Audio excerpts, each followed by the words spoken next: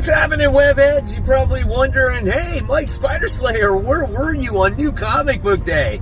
Yeah, well, I took the day off and spent it with the family. It was spring break. We went to the zoo. We went out to dinner. We had a great day. I didn't think about comics, teaching tennis, any of that stuff. So it's the day after New Comic Book Day. I'm heading to the shop, and I'm going to show you guys what I picked up this week. Welcome to Spider Slayer's Comic Book Haul. This is episode 575, the video series where I share with you everything I picked up at the comic book shop located in the city of Sanford in Central Florida. Stop by Comic Central, guys. When you stop by and you tell them that Mike Spider Slayer sent you, you'll get a mysterious black bag, and inside, of course, will be your comic books. Here are mine. I'm going to show you everything I picked up, but the first thing I did pick up was this, and you're probably wondering, what the hell is this, Mike, on your thumbnail? Are you switching the manga?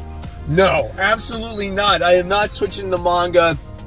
This is for my son. He's a huge Persona 5 fan. If you guys ever played the video games, I definitely recommend them. There's some pretty badass games, and I wanted to see what it was like for him to read this manga style of the game, right? And at least he's reading some kind of comic book form, right? If he's not going to read real comics.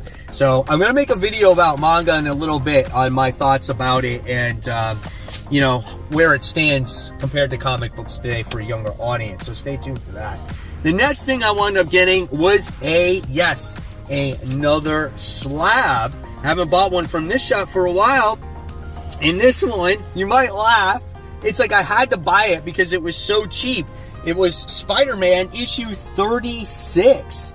That's right, this is Maximum Carnage, part 8. 8 of 14, and I wound up getting a grade of 8.5. It's not even close to a 9.8. It is white pages, though. This is Venom, Black Cat, Iron Fist, Deathlock, Cloak, Morbius, Firestar, Demogoblin, Shriek, Carrion, and Carnage appearances. All those characters appear in this one comic book.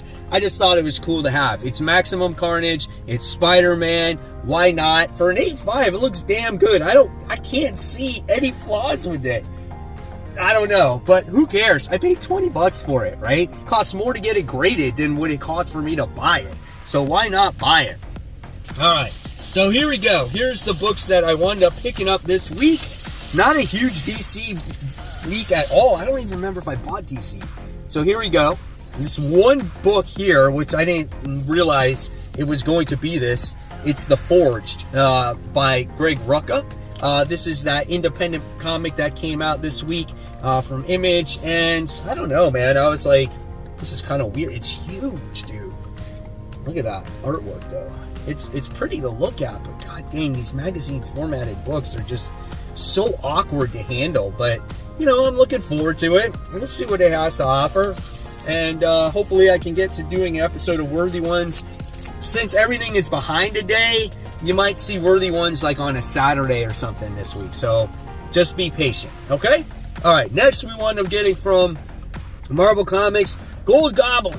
This is issue 5. Is this the finale of this book? I think it is. I'm going to try not to spoil it for myself. See if it's done. Yeah, it's the end of it. So that's what's going on. Happy to have this book because I think this series was a phenomenal read. I do like the Queen Goblin character. I think she's awesome. Hopefully we'll see more of her in the future. She wants to give those sins back to Norman Osborn, and it kind of looks like she's doing that. She's giving him like the sin stare or whatnot. Dude, I'm excited. This has been definitely a book I was not expecting to be so good. Penultimate issue of Hulk, issue 13. Titan takes over. So Titan returns back in the pages of Marvel. Here's that wonderful Ryan Ottley artwork. You can't expect nothing, you know, better. I mean, I think Ryan Ottley is a phenomenal artist, and I give him credit for writing this book as well, man. So great stuff here, guys. This is Hulk issue 13. Last copy on the shelf of this book, and I totally forgot it until I saw it on the racks. It's Harrower issue 2. This is that horror themed book, like this guy was like a wise tale or a myth, and now he's made his appearance in this town. Looks like he's going to kill all these kids. One of these kids worships the thing. The artwork is so weird in this book, like the coloring and everything. It like doesn't fit the style, but I don't know, man. I'm looking forward to seeing what happens in this book and how dark can it actually get. So that's a horror issue 2. And if you guys have any thoughts on these books, let me know in the comments below, right? Just don't spoil anything. Next, we wind up getting issue 1 of Hellcat. Love this In-Hyuk Lee. They did not have that Ryan Stegman 1 in 25, which was absolutely gorgeous, but this is supposed to be like a horrific tone type of book as well, and it is. It's very dark. Look at that, man. Oh my gosh. I love that. This might be a really solid book written by Christopher Cantwell. If you read his Iron Man series, he wrote a lot of Patsy Walker and his vision for her. So maybe we'll get that exact type of character in this book as well, just with her maybe dealing with a murderer or something like that. So Hellcat issue 1. Another really good book, Avengers War Across Time. This is issue 3.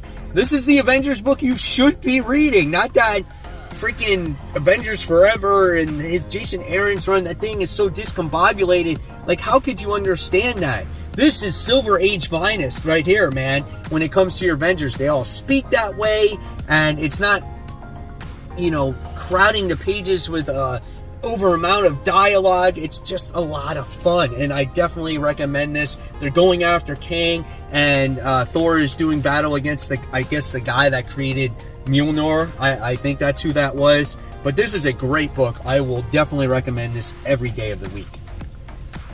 Here's a book written by Christopher Priest, Lost Superman, or Superman Lost. I'm definitely excited for this. Superman goes on a mission and he's gone for like 20 years or something like that. I guess that's what we're doing here. So I am looking forward to this. I heard that this was actually a pretty good book. So yeah, Superman Lost issue 1. Now I don't normally read this book, but I had to get it for this this variant cover. This is absolutely gorgeous. This Batgirls issue 16. Look at that cover, man. That pink really pops. And it's funny, I had this book in my pull list and there was a spine tick on it and it was color breaking, and that one little tick like ruined the cover. So I was like, oh, can you get me another one? He was like, yeah, absolutely. This is a gorgeous looking cover there. Oh my god, so nice. All right, then we have JSA issue 3. Issue 2 was good. There was just a lot of like time jumping that took me out of the book, but it was still pretty interesting. And here we get to see more artwork in here. I guess they're going to be doing more time jumping. I don't even know what's going on. What is this taking place in? World War III or something? World War II? I said World War III. Did I actually say that? Yeah. I mean, I couldn't even tell you what happened in the last issue, right? Because it just moved all over the place. So Helena Wayne's in here. She's the Huntress. There's this bad guy that killed the old JSA members, and she went back in time. Or yeah, it's just kind of all over the place, but we'll see what happens with this issue. All right, next I wound up getting Red Goblin issue 2. I liked issue 1. I thought it was really interesting to see Normie Osborn raising a Red Goblin. Like, it's like a baby. It's like his age. It's like that lost puppy that you find out in the street and you try to hide it from his parents. Like, that's what this book was about. And Normie's not quite where he needs to be, right? He's making some wrong decisions, and yet he's trying to make the right ones. He's like his grandfather, right? And this story is much more than just Normie Osborn and his symbiote. It's about the Goblin King, who makes his appearance as well. So I'm definitely looking forward to this book. So I'm giving this book a try once again because you guys demanded it. This is The Last Ronin. This is issue 2. Hopefully it has to deal more with the younger turtles out there. Definitely looking forward to that. And I don't know if I care so much about the Michelangelo story, but it does have Casey in there. It does have some of the old turtles. So we'll see what issue 2 has to offer.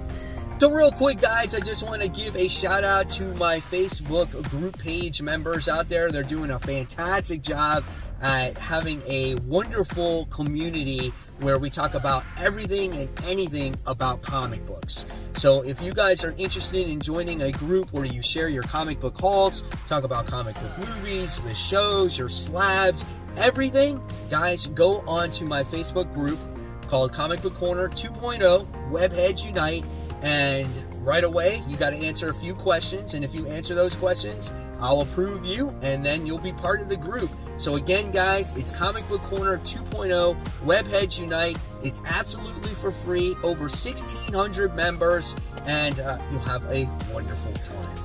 All right, next we have Noctera issue 12. This is the return of it, and it looks like Val is like the next Blacktop Bill. I'm excited about that, and Emery is the leader of the group. Here is the interior artwork.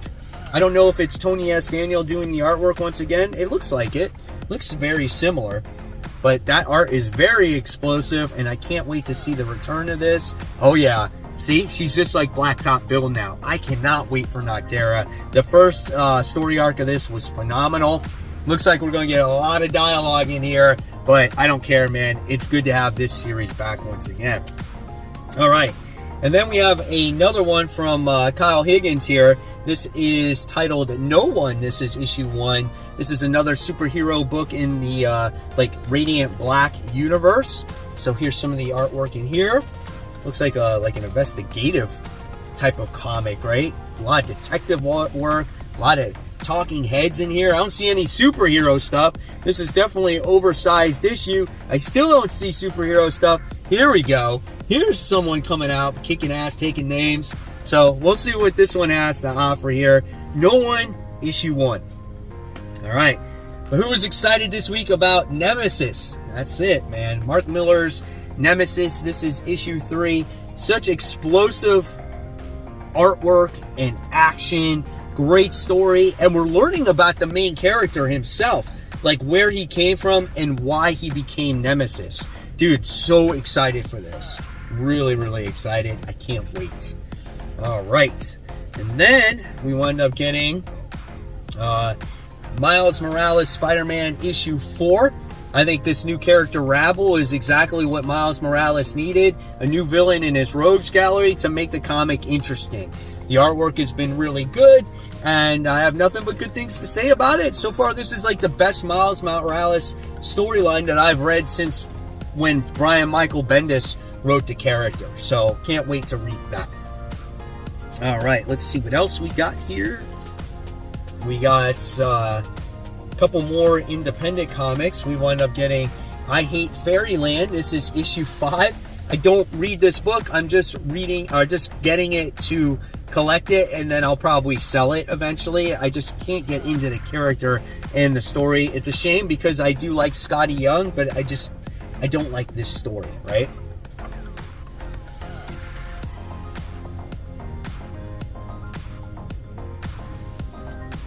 All right, and then we got The Last Barbarians. This is issue 2. I really loved issue 1. I thought it was a great story. I love the main character, and I can't wait to see where her adventure takes her next on this job that she wound up taking, and how she continues to interact with the other characters in this universe, and actually learning about all these other characters as well. Hopefully issue 2 is as strong. Definitely looking forward to reading it. All right, then we wound up getting Gunslinger Spawn, one of my favorite comics right now. Gunslinger issue, what's that, 19? 18? What a great cover, man, of Clown on there with all his little minions and stuff. This book is always full of action. Detail is so great when it comes to Brett Booth. Oh my gosh, look at this stuff. It's so awesome. Look at those facial expressions. And then it looks like we got actually Spawn in this issue.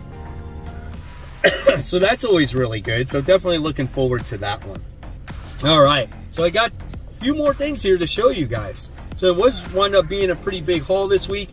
We wound up getting Hulk issue 13 variant cover here. Check that out. An homage. I still don't have the original cover. Maybe one day I'll get it, but at least I got this for right now. That is so sweet though, man. But I need that real Todd McFarlane one, man. I need that one so bad. All right, then I got a few of these nice Alex Ross variants, and then I got a couple more other books to show you. So I got this Alex Ross Timeless variant. This is from Miles Morales' Spider-Man issue 4. The Scorpion cover looks sick. Like, look at his face. He's like, I'm gonna get you. You know, and then look at his eyes. Like, the eyes tell everything in that cover, right? So that's really cool. How about coming across the Leader if he was real life? Like, look at his freaking veins popping out of his brain, man. That's just sick right there, right? This is not my favorite one. It's just, he looks like one big blob. Right? Juggernaut. This is from Captain Marvel. But this is one of my favorites of the week out of all of them. This Captain America Symbol of Truth. The Red Skull Timeless one. He's got that cosmic cube. That's pretty sick right there. And then we got the Kang one. This is from Avengers Forever. Issue 15. Alright. And then we have one more bag to show you here. Here we go. Remember, I've been telling you I've been buying up anything that's been like Iron Man lately, especially the older stuff. But I got older Iron Man. So first, let's get this one out of the way. I wound up getting What If Iron Man Lost the Armor Wars. That's issue 8 for What If. So that's pretty cool. I actually like that. He's got Stiltman back there. He's got the Beetle, the Controller. Like, I like that shit. That's cool. Okay? All right, and then let's start from the earliest one. They're all pretty much the same timeline. This is Tales of Suspense featuring Iron Man and Captain America issue 82. This is the first Adaptoid. Paid $13 for this book. That's pretty badass right there. Look at that. That's cool. Even though Iron Man's not even on that cover, just Captain America, right? Then you got Tales of Suspense featuring Iron Man and Captain America, If a Man Be Stone. This is issue 95. The Uncanny Gray Gargoyle. So that's what's going on in that book right there. So that's cool. And then I wound up getting issue 83. This is Tales of Suspense in Iron Man, Captain America 83, Victory. Yep, there's that. So that looks cool. All those books were $13 each. Can't beat it, man. Great price for those classic books. And all in decent shape, too. So there you guys have it. There's the haul for the week. Hopefully you enjoyed it. Sorry it was late. Everything else is going to be late now for the week. So just be patient. I'll put up as many videos as I can, when I can. And again, it's spring break, so I'm kind of taking it easy. So as always, guys, if you love the content, I'll leave you more content right here. This is the top 10 most anticipated comics for next week. And of course, guys, as always, keep buying, keep collecting, but most importantly, always read your comics. Guys, I'll see you real soon. Take care. Bye.